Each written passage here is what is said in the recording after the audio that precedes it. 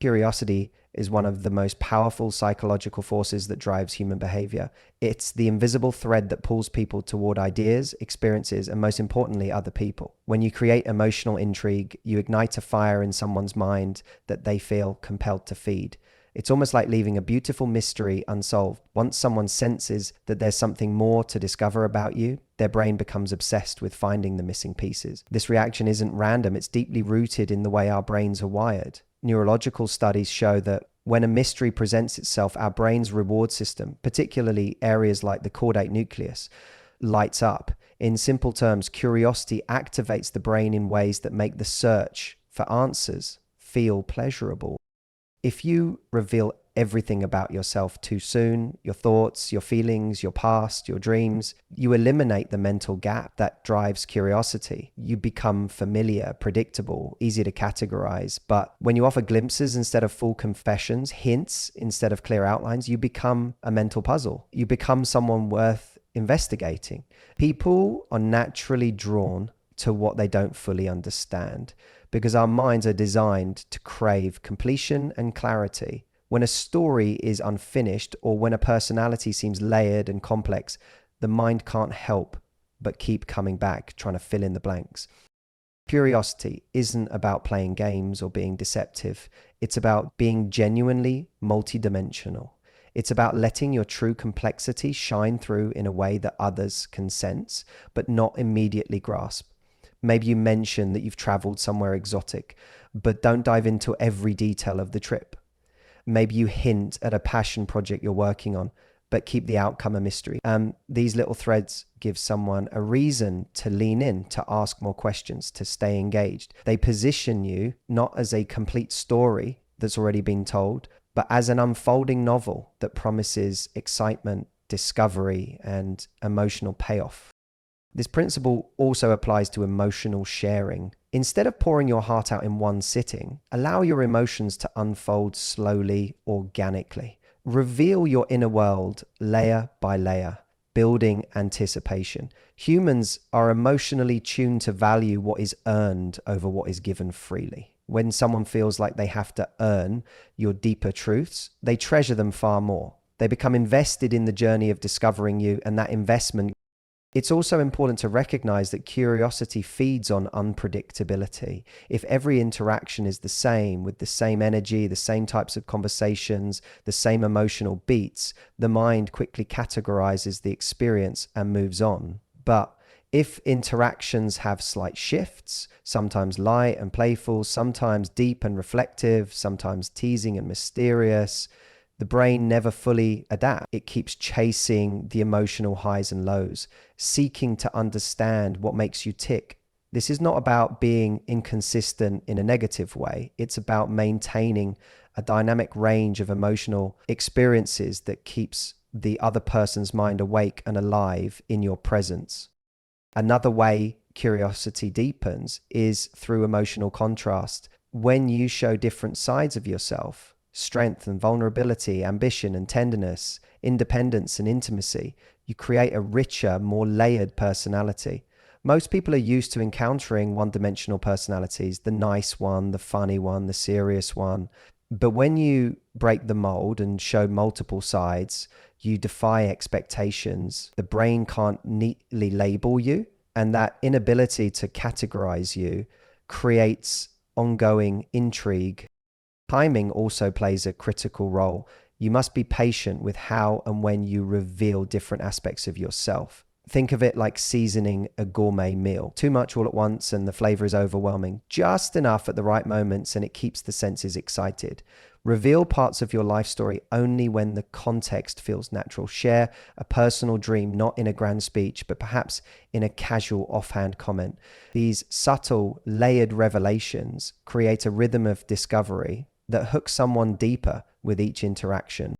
Lastly, storytelling is an incredibly effective way to trigger curiosity. When you share stories from your life, especially ones that hint at deeper layers without explaining everything, you plant seeds of wonder in someone's mind. Maybe you mention an unusual event that happened to you, but leave out the resolution. Maybe you talk about a life lesson you learned, but hint that the full story is too long to tell right now. These small moments leave psychological cliffhangers that people can't resist wanting to hear the end of. When you master the art of emotional intrigue and curiosity, you tap into a primal force. You become someone whose presence feels like a beautiful, fascinating riddle, not someone who demands attention through noise or drama, but someone who naturally commands attention because there is always something more to discover. And in the end, the mind loves nothing more than the pursuit of mystery, especially when that mystery feels deeply personal, emotionally rewarding, and endlessly captivating. Scarcity is one of the most undeniable forces that shape human perception and behavior. When something is rare, limited, or harder to access, it automatically becomes more valuable in the human mind. This isn't just a theory, it's a phenomenon deeply rooted in psychology and evolutionary biology. Our ancestors were programmed to pursue what was scarce because often scarcity meant survival. Today, even though our lives are no longer about hunting and gathering, that same primal programming influences how we respond to people and relationships. When someone appears abundant, always available, always predictable, our brain quickly categorizes them as safe but unremarkable. But when someone is slightly out of reach, just elusive enough, our brain shifts them into a much more interesting category. They become desirable. Scarcity doesn't mean ignoring someone or playing manipulative games. True scarcity is about having a life so full, so rich, that you are not constantly at someone's beck and call. It's about cultivating real self-respect and priorities that naturally make you less available and therefore much more attractive. When you are centered in your own passions, friendships, ambitions, and inner peace, your time and energy become valuable commodities. People naturally feel drawn to what they perceive as valuable. They can sense when you aren't desperately seeking validation or attention. And ironically, that very self-sufficiency makes them crave your presence even more. Think about it. When a product is in high demand and short supply, people are willing to pay more, wait longer, and work harder to get it. Human attraction operates the same way. When someone senses that your time, attention, and emotional intimacy are not given to just anyone, they begin to feel privileged to receive even a small part of you. It triggers a subtle form of competition in the mind, the desire to win more of you, to secure more access to your world. Creating scarcity is also about unpredictability. When every response, every action, every availability is perfectly predictable, the brain quickly adapts. Predictable patterns make people feel safe, but they do not make people feel excited. When you are sometimes available, sometimes occupied with your passions, sometimes spontaneous, you create a rhythm of unpredictability that keeps people attentive and engaged. They start to wonder what you're doing when you're not around, and that wonder breeds fascination. It makes your presence a special experience rather than a routine expectation. Another essential part of the scarcity principle is emotional exclusivity. If you give everyone the same emotional intimacy, deep conversations, special smiles, inside jokes, then no one feels particularly special. But if you reserve parts of yourself for only select moments and select people, it creates emotional scarcity. The feeling of being let into your world becomes rare, precious, and unforgettable. When you are generous yet selective with your emotional energy, people feel honored to experience your deeper layers. Scarcity also relies heavily on maintaining personal boundaries. Boundaries are not walls that keep people out. They are gates that protect your value. When you say no gracefully, when you prioritize your needs, when you don't overextend yourself just to please others, you communicate something powerful without saying a word. I value myself. People pick up on this energy immediately. They recognize that your time, your presence, and your attention are treasures, not something that can be taken for granted. True scarcity also shines through confidence, the kind of quiet, grounded confidence that says, I am complete, with or without external approval. When you genuinely believe that your life is already fulfilling, that you are already whole, you stop chasing people. You stop trying to force connections. Instead, you allow people to come to you, and when they do, they feel like they've found something rare and extraordinary. That sense of discovery is addictive because it taps into a deep psychological reward system. the desire to attain something meaningful that not everyone can have. Scarcity doesn't mean creating distance for the sake of distance. It means making every interaction count. It means showing up fully present, fully engaged, when you choose to share your time but not offering unlimited access at the expense of your own well-being.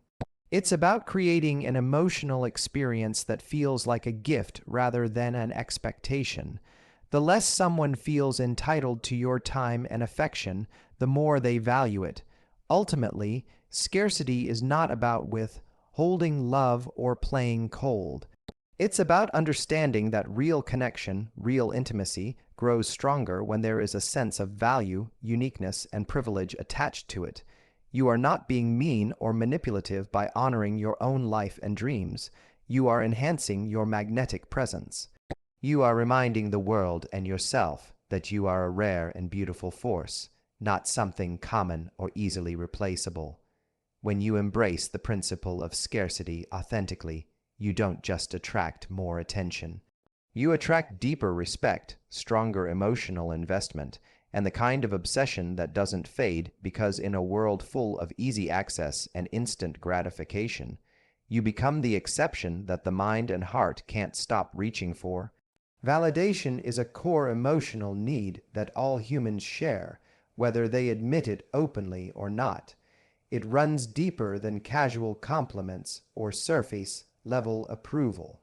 True validation touches the deepest layers of a person's identity. It reassures them that they are seen, valued, and understood in ways that few ever experience. When someone feels genuinely validated by you, they begin to associate you with feelings of significance and emotional safety. And once that association forms, it becomes incredibly difficult to forget or detach from you. At the heart of true validation is authenticity. Anyone can throw out generic praise telling someone they look nice, that they're smart, that they're funny. These compliments are pleasant, but they rarely penetrate deep into the emotional core. To create obsession-level attachment, you have to go much deeper. You must validate qualities that are central to someone's identity, but often go unnoticed by the world. Notice their quiet strengths, their subtle talents, the struggles they hide beneath their smile, the dreams they hesitate to share out loud. When you highlight these hidden treasures, you awaken a part of them that longs to be seen, truly seen, without judgment. Psychological studies show that when a person feels uniquely recognized, the brain releases oxytocin, the bonding hormone. Oxytocin fosters emotional closeness, trust, and attachment, but more importantly, it triggers a deep desire to remain close to the source of that feeling. In a world where people are often reduced to stereotypes or superficial labels, being deeply validated feels revolutionary. It feels like breathing fresh air after being trapped in a suffocating room. And naturally, the mind becomes obsessed with returning to that source of emotional oxygen. True validation also has the power to heal. Many people carry hidden wounds, feelings of inadequacy, of being overlooked, of never quite being enough. When you reflect back to them a vision of themselves that is stronger, brighter, and more beautiful than the one they secretly fear, you don't just make them feel good. You start to rewrite the narratives they tell themselves about who they are. You become associated with growth, with healing, with a better version of themselves. That kind of emotional association is rare and it is priceless. However, it's critical that validation remains genuine. People can sense when praise is manipulative or exaggerated. They know when someone is simply saying what they think they want to hear.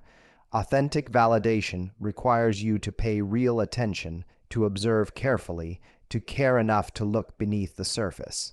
It requires emotional presence, the ability to be fully there with someone, listening not just to their words, but to the emotions between the words. When you validate from this place of real understanding, it strikes a chord so deep that even they might not fully understand why they feel so magnetically pulled toward you. There's also an art to how you deliver validation. It should never feel transactional, like you're giving praise in exchange for attention. Instead, it should feel almost effortless, woven naturally into the rhythm of your interactions. Sometimes it's a quick but powerful comment dropped into a conversation. Sometimes it's a lingering look that says, without words, "I see the real you." Other times, it's an act of support or a subtle acknowledgement that echoes louder than 100 compliments. When done right, validation becomes the emotional backdrop to every interaction, creating an invisible thread of connection that grows stronger with time. Another powerful aspect of validation is encouraging someone to step into their best self.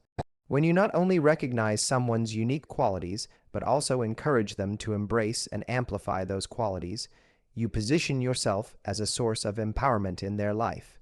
You are not just a mirror reflecting their current self. You are a catalyst for who they could become. That feeling of being supported, of being believed in, is deeply addictive. Most people rarely experience true encouragement. They often encounter competition, jealousy, or indifference. When you offer genuine encouragement, you stand out in their emotional world like a lighthouse in the fog. Importantly, true validation also respects boundaries. It doesn't push for more than someone is ready to give. It honors their pace, their comfort zones, their vulnerabilities. It says, "I see you, I appreciate you, and I accept you as you are." That kind of emotional safety creates a foundation of trust so strong that even time and distance struggle to weaken it. In the end, validation is not about inflating someone's ego or showering them with empty praise. It's about genuinely celebrating their essence. It's about helping them feel that who they are, not just what they do or what they look like, is deeply valuable and worthy of love. When you offer that kind of rare emotional experience, you don't just make someone like you. You become the person their mind returns to over and over, the one who made them feel more alive, more real, and more understood than anyone else ever could. And that is the kind of connection that transforms fleeting attraction into lasting, obsessive emotional attachment. The human brain is an extraordinary machine, wired not just to think and reason, but to feel what others are feeling. Deep within us are mirror neurons, specialized cells that fire not only when we perform an action, but when we observe someone else performing that same action. This discovery revealed a profound truth about human connection. We are biologically built to sync emotionally with others. When you understand how to subtly mirror someone's emotions, energy, and subtle behaviors, you create a bond that feels natural, effortless, and deeply intimate, even if they can't logically explain why they feel so drawn to you. Emotional mirroring is not about copying someone in a robotic or obvious way. It's about tuning into their emotional frequency and allowing yourself to reflect it back with authenticity and empathy. When someone is joyful and you meet them with joyful energy, when they are serious and you respond with grounded calmness, when they are vulnerable and you offer gentle presence, you are speaking directly to their subconscious mind. You are telling them without words, "I see you, I understand you, I am with you." And that feeling is so rare, so precious, that it imprints deeply into their emotional memory. Most people move through life feeling slightly disconnected from those around them. Conversations happen, smiles are exchanged, but rarely do they feel truly met, truly understood on an emotional level. When you step into emotional mirroring, you bridge that gap. You become the person who doesn't just hear them, but feels them. You become the person with whom they experience true resonance, a harmony that is as comforting as it is electrifying. And once they experience that with you, the brain starts associating you with comfort, safety, and emotional fulfillment. That association grows stronger with every interaction, creating a pull that becomes harder and harder to resist. The beauty of mirror neurons is that they work beneath the surface of conscious awareness. People don't sit there thinking, "Oh, she's mirroring my emotions. They simply feel more connected to you without fully understanding why. It feels easy to be around you. It feels safe to open up. It feels exciting and reassuring all at once. The subconscious mind picks up on the cues: your matching body language, your similar tone of voice, your attuned energy, and it interprets those cues as signs of deep compatibility. This kind of connection isn't built on words alone, it's built on presence. It's built on your ability to be fully in the moment with someone, dropping the walls of self-consciousness and allowing yourself to truly experience their emotional world alongside them. When you laugh not because you're supposed to, but because you genuinely share in their joy, when you soften not because you think it's expected, but because you truly feel their vulnerability, you create a loop of emotional attunement that becomes intoxicating. Mirroring also extends beyond emotions into physical behavior. Subtle body language matching a tilt of the head, a leaning in, a shift in posture can create an unconscious feeling of unity. The key is subtlety. If it's too obvious, it feels staged and awkward, but when it's natural, flowing organically from your emotional connection, it strengthens the bond even more. Research in social psychology has shown that people who mirror each other's gestures and speech patterns during conversations report higher levels of trust, liking, and emotional intimacy. They don't realize it's happening, they just feel more connected. Another layer of emotional mirroring is tuning into someone's unspoken emotions. Sometimes what a person says with words is very different from what their body and tone are communicating. By learning to listen beyond words, to hear the sigh behind the smile, to feel the tension behind the bravado, you position yourself as someone who understands their deeper truth. When you respond to that truth, even subtly, you create a level of intimacy that words alone could never achieve. It's also powerful to allow your own emotions to be mirrored back to them. Vulnerability invites vulnerability. When you allow yourself to be moved, to be affected, to share a laugh or a moment of honest sadness, you signal that you are emotionally available. You invite them into a space of shared humanity. In that space, bonds form that are unbreakable because they are built not on performance, but on presence. Ultimately, emotional mirroring taps into one of the deepest human needs, the need to feel seen, understood, and connected. It bypasses the analytical mind and speaks directly to the heart. It makes someone feel not alone in their experiences, but accompanied, validated, and valued.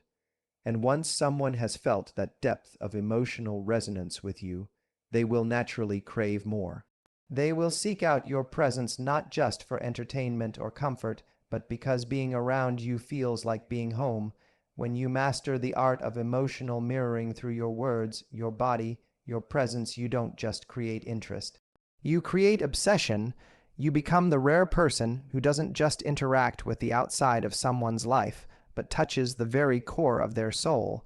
The human brain is wired to seek rewards, but it craves unpredictable rewards even more intensely. This is rooted in the chemistry of dopamine, the neurotransmitter responsible for desire, motivation, and pleasure. When a reward is predictable, the brain enjoys it but quickly adapts. The excitement fades into routine, and with it, the emotional intensity diminishes. But when the reward is unpredictable, when it comes at unexpected moments, in unexpected ways, the brain lights up like a fireworks show. The dopamine surge is more powerful, more addictive, and it creates a pattern of craving that keeps someone coming back for more. Understanding this principle is one of the keys to creating lasting emotional obsession. In relationships, predictability can feel safe, but it rarely feels thrilling. If every text, every conversation, every meeting happens exactly as expected, the brain stops releasing those exciting dopamine spikes. Everything feels flat, routine, easy to take for granted. But when interactions are layered with just the right amount of unpredictability, when you introduce variety, spontaneity, and a touch of mystery, the emotional experience becomes electrifying. The brain begins to associate you with anticipation, excitement, and reward. even if it can't always predict when or how it will happen. That uncertainty is intoxicating. Unpredictability doesn't mean being chaotic or unreliable. It means being playfully unexpected. It's about creating small moments that surprise and delight, an unexpected compliment when they least expect it, a spontaneous adventure instead of the usual plan, a thoughtful message at a random time that reminds them you're thinking of them. These little surprises create an emotional rhythm that keeps their mind and heart engaged. They start looking forward to their next interaction with you, not out of habit, but out of genuine excitement. That emotional engagement becomes a craving, a magnetic pull that grows stronger with time. Part of the power of unpredictability lies in emotional variety.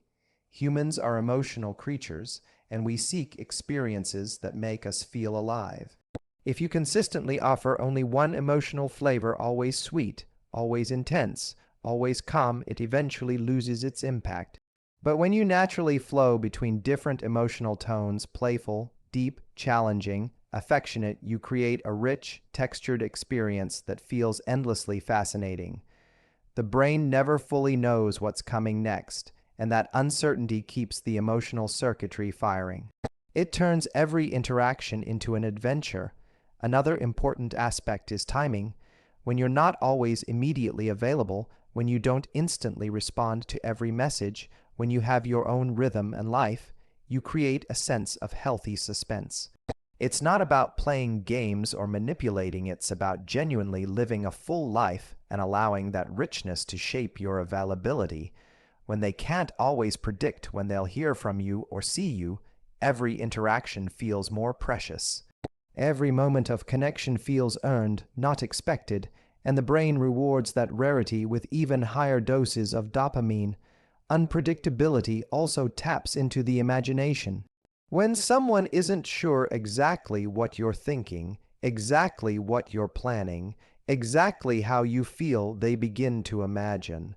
They start filling in the blanks with their own fantasies, their own emotions, their own longings. This mental engagement deepens their emotional investment in you without you having to do anything overt. The mind loves a puzzle, especially one that involves emotional rewards. When you remain just slightly mysterious, you invite them to dive deeper, to wonder more, to invest more of their emotional energy into understanding and winning you. However, the magic of unpredictability lies in balance. Too much unpredictability creates anxiety and distrust. Too little creates boredom and complacency. The sweet spot is just enough unexpectedness to keep things exciting without ever making them feel unsafe or unimportant. It's about being consistent in your respect and care, but unpredictable in the ways you express it. They should always feel emotionally secure with you, but never emotionally stagnant. That dynamic tension keeps the heart racing and the mind obsessed. It's also important to remember that unpredictability doesn't mean losing your authenticity. It's not about manufacturing drama or pretending to be someone you're not. It's about allowing your natural spontaneity, creativity, and individuality to shine. It's about embracing the playful, adventurous parts of your spirit that make you unforgettable. When you live with passion and authenticity, unpredictability flows naturally. You become a source of wonder, a breath of fresh air, a break from the dull predictability of everyday life. Ultimately, unpredictability taps into the primal parts of the brain that are wired for excitement, curiosity, and reward. It transforms simple interactions into emotional events. It keeps the mind guessing, the heart racing, the dopamine flowing.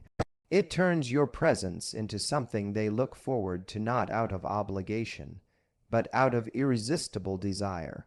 And once you've activated that loop inside someone, once their brain has associated you with thrilling uncertainty and rewarding emotional highs, you become a part of their emotional landscape in a way that is almost impossible to erase. You don't just become someone they like or someone they care about. You become the emotional adventure they can't stop chasing. Emotions are not just fleeting experiences, they are the glue that binds memories, relationships, and attachment. Deep within the human mind lies the phenomenon known as emotional anchoring, the process where a strong emotion experienced in the presence of a particular person becomes forever associated with them. It's not about logic or reason, it's about how someone makes you feel. When you master the art of emotional anchoring, you don't just create moments, you create imprints.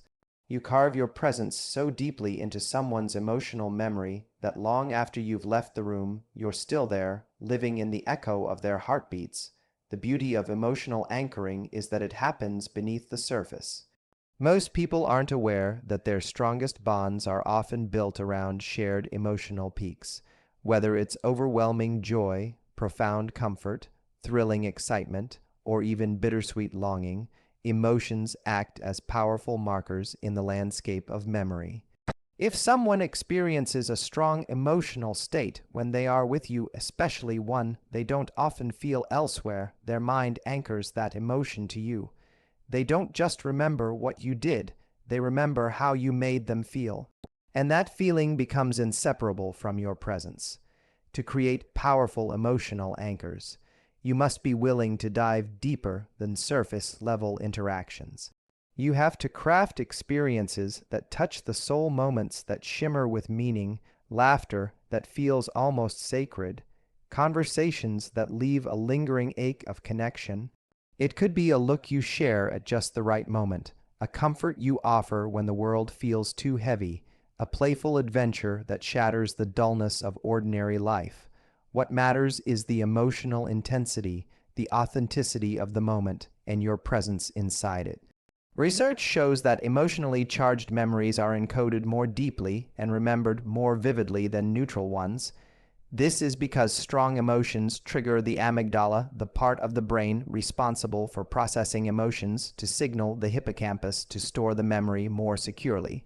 In simple terms, when you stir someone's emotions profoundly, you become unforgettable. You're no longer just another person passing through their life. You become a part of their internal world, stitched into the very fabric of who they are. Emotional anchoring also taps into another primal truth. Humans crave meaning. In a world full of distractions and superficial interactions, true emotional experiences feel rare and precious. When you create those experiences, you offer more than companionship, you offer significance. You make life feel richer, fuller, more alive, and that gift is not something people walk away from easily. They hold on to it, they hunger for more of it, they seek it, consciously or unconsciously, because it feeds something deep within them that nothing else quite satisfies. One of the most powerful ways to create emotional anchors is through shared vulnerability. When you allow someone to see your true self, your dreams, your fears, your passions, you invite them into a sacred space. You signal that it's safe for them to reveal their true self too. Those moments of mutual openness become milestones in the relationship. They mark the places where trust was built, where walls came down, where hearts whispered to each other in a language beyond words.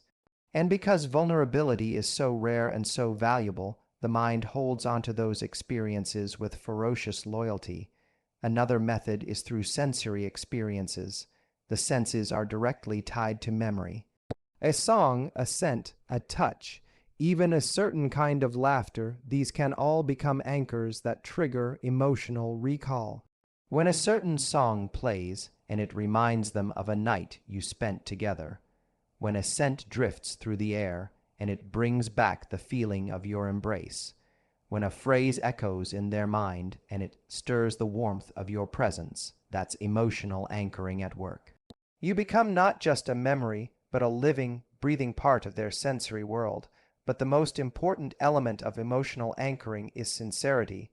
These anchors cannot be manufactured through manipulation. They must be born from real moments of connection, real emotions, real shared experiences. When you're genuinely present, when you genuinely care, when you're fully alive in the moment with someone, the emotional anchors create themselves. They are the natural byproduct of two souls colliding in a world that so often keeps hearts at arm's length. Over time, emotional anchoring deepens its hold. Long after conversations have ended, long after texts have faded, the emotions remain. A random memory surfaces, and with it, a wave of feeling comfort, longing, excitement, joy all tied back to you. That is how you move from being a casual acquaintance to an emotional necessity. You become the person they associate with some of the most profound, most beautiful, most unforgettable emotions they have ever felt. And that, ultimately, is how obsession is born, not through force, not through games, but through deep, true emotional connection that lingers far beyond the moment itself.